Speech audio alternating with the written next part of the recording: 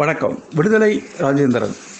7 தமிழர் விடுதலை வழக்கு இன்று உச்சநீதிமன்றத்தில் நீதிபதி எல் நாகேஸ்வரராவ் தலைமையிலான அமர்வு முன் விசாரணைக்கு வந்திருக்கிறது.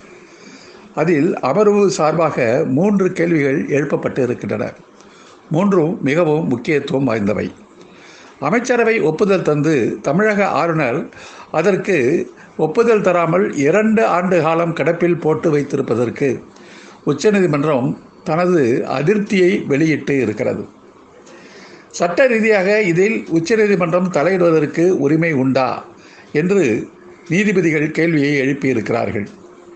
ஏற்கனவே சத்ருகன் சௌஹான் என்ற வழக்கில் ஆளுநர் இப்படி கால தாமதம் செய்தபோது நீதிமன்றம் தலையிட்டு அவர்களை விடுதலை செய்யும் வேண்டுகோளை முன்வைத்ததை நீதிபதியில் ஒருவரான ஜஸ்டிஸ் நாகேஸ்வரராவ் சுட்டிக்காட்டி இருக்கிறார்.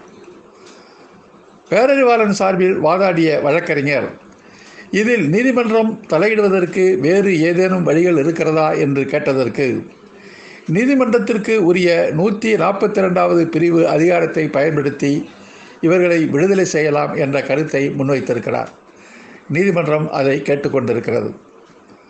அரசு சார்பில் வாதாடிய வழக்கறிஞர் பல்நோக்கு கூட்டு விசாரணை MDMA என்ற அமைப்பு இந்த கொலைக்கு பின்னால் இருக்கிற பெரும் சதியை பற்றி ஆராய்ந்து கொண்டிருக்கிறது என்றும் அது குறித்த அறிக்கை இன்னும் வந்து சேரவில்லை என்றும் கூறியதை உச்சநீதிமன்றம் ஏற்றுக்கொள்ளவில்லை.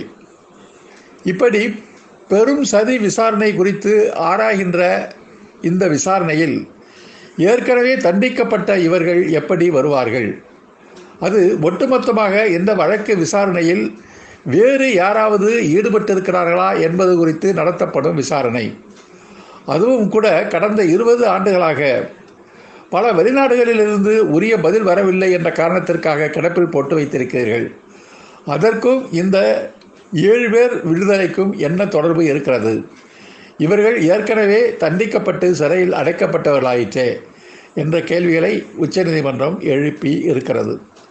நம்பிக்கை ஒளி தென்படுகிறது. பொறுத்திருந்து பார்ப்போம்.